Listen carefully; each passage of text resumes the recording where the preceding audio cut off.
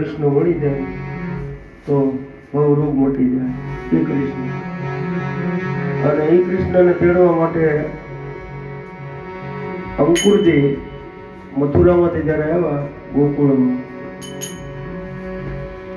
એટલે બે ગોપીને ખબર પડી કે આનું નામ અંકુર છે ને, આ કૃષ્ણને લઈને જતા રહેવાના.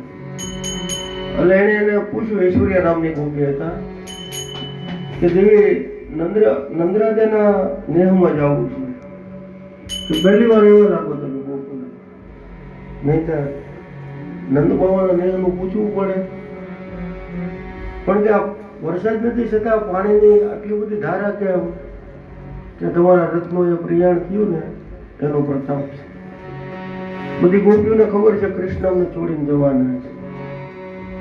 એ આસુરની આ નંદીની ધારા જ્યાં પૂરી થઈને નંદરાજાનું ઘર આવી ઓળખાણ આપી પ્રેમની પરિભાષા. એટલે અંકુરજી એમ જો કે ચોપડા ને બધું વાંચું નહીં તો મારું આ ગામમાં તો મારું બધું આ લોકોનો ભાવ પ્રેમ આગળ તો બધું મારું જાગવું પડે ને. આ બધા કેટલા કૃષ્ણને માને. હવે એમાં ધીમે રથ માતાજીના આંગણામાં આવીને ઉભો ગયો. એટલે માતાજી તો બહુ ભોળા હતા, યશોદામાં, નંદ બાવા. અને અંકુરજી દ્વારા કહેવામાં આવ્યું કે હે નંદ બાવા, કંસ રાજા યજ્ઞ કરે છે અને એમાં તમારે કૃષ્ણ બલભદ્રને બંનેને લઈને આવવાનું નિમંત્રણ. અને ભોળા હતા, એને એમ કે હું દૂધ ને દહીં ને ઘી બધું આપું છું કર, એટલે એના ઘરે સારો યજ્ઞ છે તો મને આમંત્રણ આપ્યું. પણ કૃષ્ણ બધું જાણે.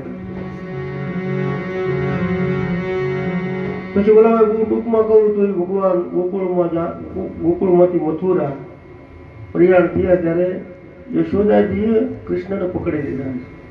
કોઈએ નથી પકડી. એને કૃષ્ણનો હાથ પકડી લીધો કે તને હું શું કહું, માં તો માં છે ને કે બસમાં રહેવા દે.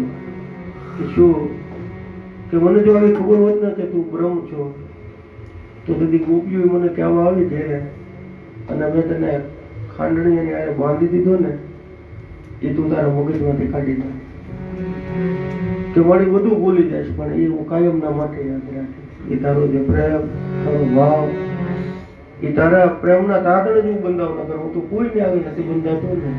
એ માં, એ કૃષ્ણ. અને છૂટા પડ્યા ને પછી બે ગોપીઓ હતી, એ દિવાલમાં ચિત્ર બનાવતી હતી કૃષ્ણનું. એટલું બધું અદભુત ચિત્ર બનાવેલું, બે હાથ, મુખ, મુંગર, આંખ, નાક, કાન, ધર, પણ પગ નહીં બનાવેલું કૃષ્ણ.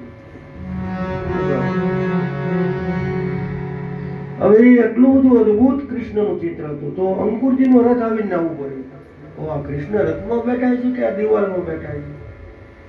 દિવાલમાં બેઠા છે કે રથમાં બેઠા છે? એ પોતે વિસ્મય પામી ગયા, આટલા બધા જ્ઞાની. પછી અંકુરજી નીચે ઉતરીને ગોપી આગળ જાય કે માં, આ કૃષ્ણ તો મારી સાથે છે, પણ આ દિવાલની અંદર દોરેલા કૃષ્ણ મને અદભુત લાગે છે, અખંડ, અવિનાશી. પણ આ ચિત્ર અધૂરું શું કામ રાખ્યું? આના બે પગ બનાવી નાખો ને, તમે તો ચિત્રકાર છો ને. એક સુહાગન ચિત્ર લીખે, એક વિયોગન બજાવે બે, એક નગરમાં દોનો વસે, આમાં કોણ પ્રવીણ? આ બધી શબ્દની મારા મારે કે હે અંકુર, તમે તો નિષ્ઠુર છો, અમારા કૃષ્ણને લઈને વ્યા જાઓ છો.